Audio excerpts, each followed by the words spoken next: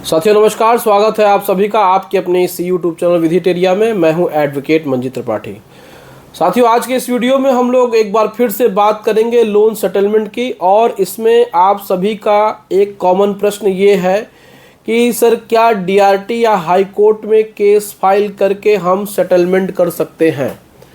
देखिए, आप में से बहुत सारे लोगों ने लोन लेते हैं, बहुत सारे लोगों ने लोन लिया भी है और आप अपने लोन की ईएमआई को नहीं दे पा रहे हैं।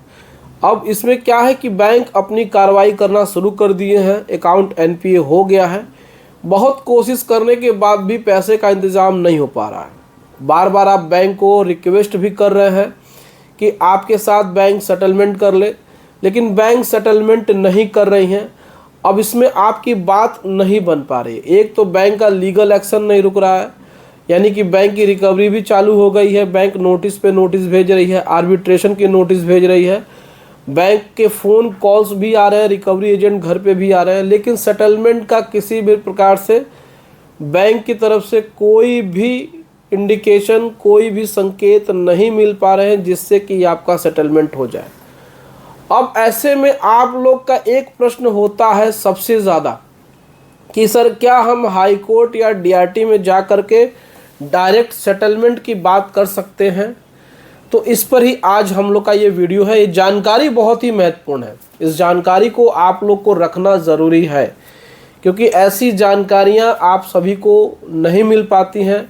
जब भी आप कहीं भी जाते हैं या किसी से बातचीत करते हैं तो एक परफेक्ट आंसर मिलना ज़रूरी है। कहीं पर भी आप जाइए, सही समय पे सही इन्फॉर्मेशन होने से प्रॉब्लम सॉल्व हो जाते हैं।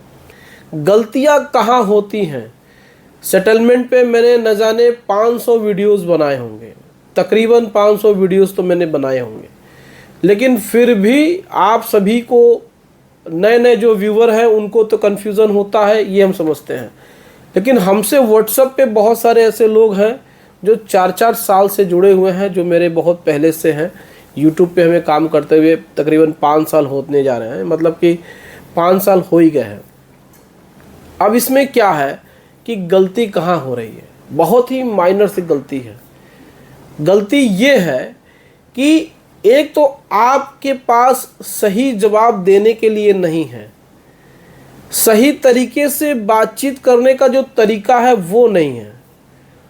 अब आप रिकवरी एजेंटों से कहते हैं कि हमें सेटलमेंट करना है, अब आप कहते हैं बैंक के मैनेजर से कि हमें सेटलमेंट करना है। आपको नोटिस कहाँ से आ रही है ये देखिए, उस नोटिस में एड्रेस देखिए। आपको नोटिस कभी ब्रांच से नहीं आता है, आपका जो लोकल ब्रांच है ना, वहाँ से नोटिस कभी आता ही नहीं है। अगर ब्रांच का मेंशन है तो वो रिमाइंडर है।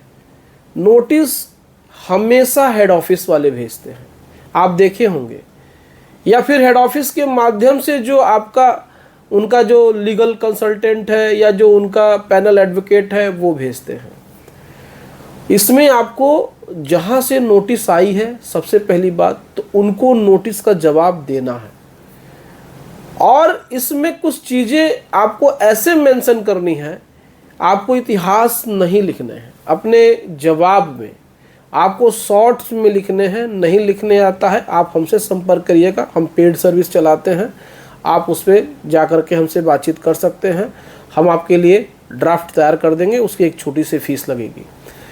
अगर आप खुद से भी करते हैं ड्राफ्ट तो कुछ चीज़ों का ध्यान उसमें रखना ज़रूरी है। पहली दफ़ा यह है कि आपका जो भी है मैटर पोलाइट होना चाहिए। दूसरा यह है कि कंसाइज रखिए, शॉर्ट रखिए, छोटा रखिए, बहुत लंबा चौड़ा नहीं। हो सकता है कि आपके साथ मेडिकल प्रॉब्लम्स बहुत ज़्यादा हैं, तो आप सबका जिक्र मत करिए, केवल लिख दीजिए medical issues, due to medical issues, due to medical problem, यही आप लिखिए। एक्सप्लेनेशन उस लेटर में मत लिखिए जो लेटर आप भेज रहे हैं। और सबसे महत्वपूर्ण, हमेशा कहते हैं, बार बार कहते हैं, अमाउंट मत बताइए, अमाउंट मत डिस्क्लोज करिए कि सर हम 1 ही लाख दे पाएंगे, हम 2 ही लाख दे पाएंगे, हम 3 ही लाख दे पाएंगे। ऐसा बिल्कुल भी मत करिए। यही आपके साथ गड़बड़ी हो रही है, यही आपकी प्रॉब्लम हो रही है। तो आप रिकवरी एजेंटों से बातचीत करना बंद कर दिए सर, आपका सेटलमेंट हो जाएगा।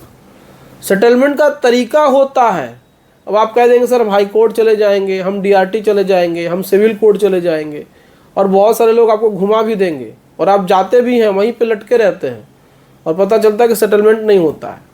तो सही समय पे सही जानकारी और सही व्यक्ति का होना ज़रूरी है। इसीलिए जब भी कोई दिक्कत परेशानी हो तो हमारा व्हाट्सएप नंबर यहाँ दिया हुआ है, पेड सर्विस है।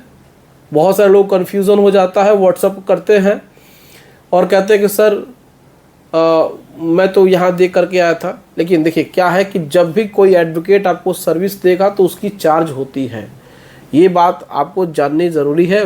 यूट्यूब पे आपको चीज़ें फ्री में मिल जाती हैं, लेकिन अगर व्हाट्सएप पे है तो अगर वो आपको समय दे रहा है, आपके लोन के बारे में आपको डिटेल से बता रहा है, आपको सारी चीज़ें असिस्ट कर रहा है, समय दे रहा है, सब कुछ कर रहा है, तो उसकी एक फ़ीस बनती है, तो वो तो आपको पे करनी चाहिए, मुझे जहाँ तक लगता है।